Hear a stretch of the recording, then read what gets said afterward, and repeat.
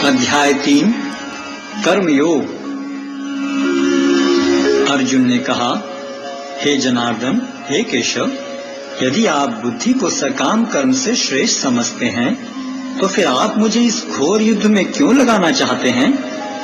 आपके व्यामिश्रित उपदेशों से मेरी बुद्धि मोहित हो रही है, अतः कृपा करके निश्चय पूर्वक मुझे बताएं कि इनमें से मेरे लिए सर्वाधिक श्रेयस्कर क्या होगा। श्री भगवान ने कहा, हे निष्पाप अर्जुन, मैं पहले ही बता चुका हूँ कि आत्म साक्षात्कार का प्रयत्न करने वाले दो प्रकार के पुरुष होते हैं। कुछ इसे ज्ञान योग द्वारा समझने का प्रयत्न करते हैं तो कुछ भक्तिमय सेवा के द्वारा। न तो कर्म से विमुख होकर कोई कर्मफल से छुटकारा पा सकता है और न केवल संन्यास से सिद्धि प्राप्त की जा सकती है। प्रत्येक व्यक्ति को प्रकृति से अर्जित गुणों के अनुसार विवश होकर कर्म करना पड़ता है, अतः कोई भी एक क्षण भर के लिए भी बिना कर्म किए नहीं रह सकता। जो कर्म इंद्रियों को वश में तो करता है, किंतु जिसका मन इंद्रिय विषयों का चिंतन करता रहता है, वह निश्चित रूप से स्वयं को धोखा देता है और मिथ्याचारी कहलाता है। दूसरी ओर, यदि कोई निष्ठावान व्यक्ति अपने मन के द्वारा कर्मेंद्रियों को वश में करने का प्रयत्न करता है और बिना किसी आसक्ति के कर्म योग प्रारंभ करता है, तो वह अति उत्कृष्ट है। अपना नियत कर्म करो, क्योंकि कर्म न करने की अपेक्षा कर्म करना श्रेष्ठ है। कर्म के बिना तो शरीर निर्वाह भी नहीं हो सकता। श्री विष्णु के लिए यज्ञ रूप में कर्म करना चाहिए, अन्यथा कर्म के द्वारा इस भौतिक जगत में बंधन उत्पन्न होता है।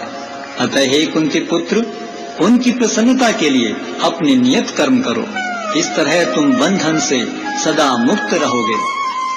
सृष्टि के प्रारंभ में समस्त प्राणियों के स्वामी ने विष्णु के लिए यज्ञ सहित मनुष्यों तथा देवताओं की संततियों को रचा और उनसे कहा, तुम इस यज्ञ से सुखी रहो, क्योंकि इसके करने से तुम्हें सुख पूर्वक रहने तथा मुक्ति प्राप्त करने के लिए समस्त वांछित वस्तुएं प्राप्त हो सकेंगी। यज्ञों के द्वारा प्रसन्न होकर देवता तुम्हें भी प्रसन्न करेंगे और इस तरह मनुष्यों तथा देवताओं के मध्य सहयोग से सबों को संपन्नता प्राप्त होगी। जीवन की विभिन्न आवश्यकताओं की पूर्ति करने वाले विभिन्न देवता यज्ञ संपन्न होने पर प्रसन्न होकर तुम्हारी सारी आवश्यकताओं की पूर्ति करेंगे, किंतु जो इन उपहारों को देवताओं को अर्पित किए बिना भोगता है, वह निश्चित रूप से चोर है। भगवान के भक्त सभी प्रकार के पापों से मुक्त हो जाते हैं, क्योंकि वे यज्ञ में अर्पित किए भोजन प्रसाद को ही खाते हैं। अन्य लोग जो अपने इंद्रिय सुख के लिए भोजन बनाते हैं, वे निश्चित रूप से पाप खाते हैं। सारे प्राणी अन्न पर आश्रित हैं, जो वर्षा से उत्पन्न होता है।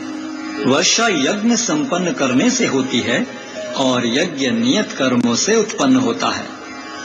वेदों में नियमित कर्मों का विधान है और ये वेद साक्षात श्री भगवान से प्रकट हुए हैं। फलतः सर्वव्यापी ब्रह्म यज्ञ कर्मों में सदा स्थित रहता है। हे प्रिय अर्जुन, जो मानव जीवन में इस प्रकार वेदों द्वारा स्थापित यज्ञ चक्र का पालन नहीं करता, वह निश्चय ही पापमय जीवन व्यतीत करता है। ऐसा व्यक्ति केवल इंद्रियों की तुष्टि के लिए व्यर्थ ही जीवित रहता है।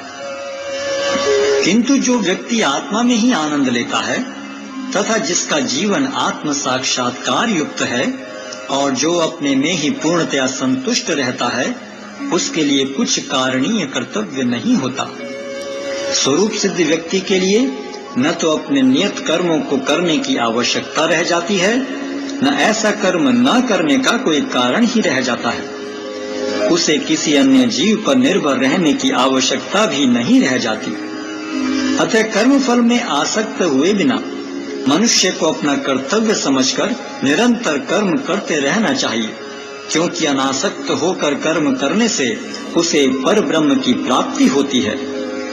जनक जैसे राजाओं ने केवल नियत कर्मों को करने से ही सिद्धि प्राप्त की।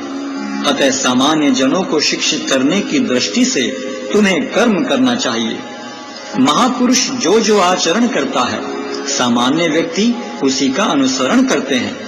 वह अपने अनुसरणीय कार्यों से जो आदर्श प्रस्तुत करता है, संपूर्ण विश्व उसका अनुसरण करता है। हे प्रथापुत्र, तीनों लोकों में मेरे लिए कोई भी कर्म नियत नहीं है।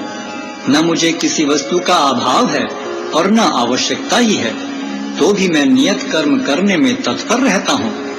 क्योंकि यदि मैं नियत कर्मों को सावधानी पूर्वक न करूं, तो हे पार्थ, यह निश्चित है कि सारे मनुष्य मेरे पथ का ही अनुगमन करेंगे। यदि मैं नियत कर्म न करूं, तो ये सारे लोग नष्ट हो जाएंगे।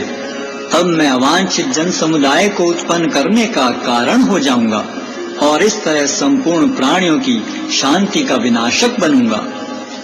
जिस प्रकार अज्ञानी जन फल की आसक्ति से कार्य करते हैं, उसी तरह विद्वान जनों को चाहिए कि वे लोगों को उचित पथ पर ले जाने के लिए अनासक्त रहकर कार्य करें।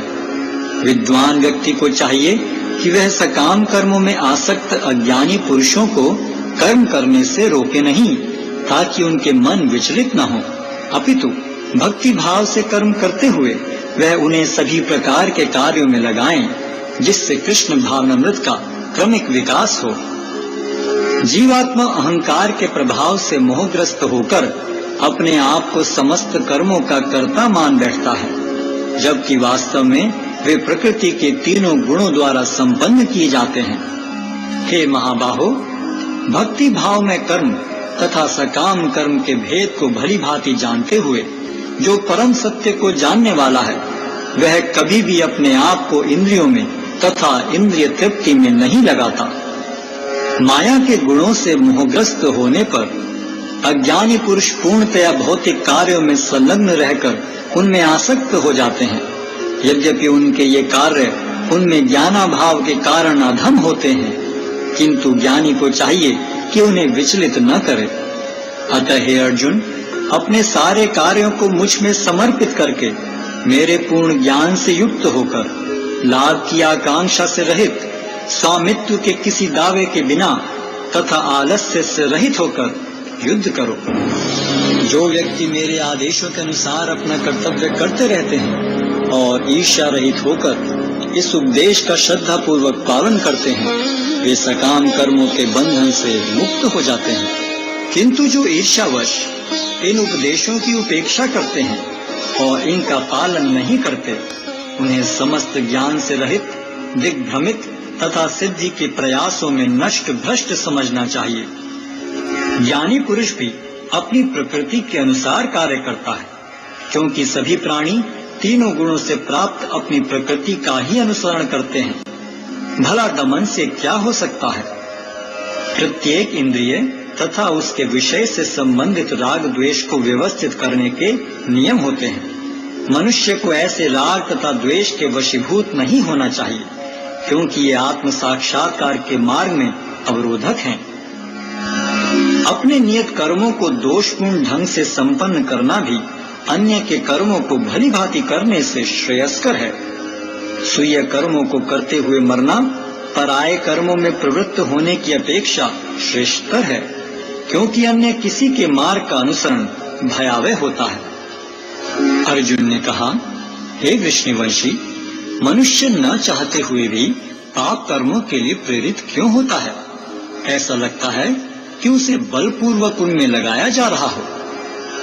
श्री भगवान ने कहा, हे अर्जुन, इसका कारण रजोगुण के संपर्क से उत्पन्न काम है, जो बाद में क्रोध का रूप धारण करता है और जो इस संसार का सर्वभक्षी पापी शत्रु है।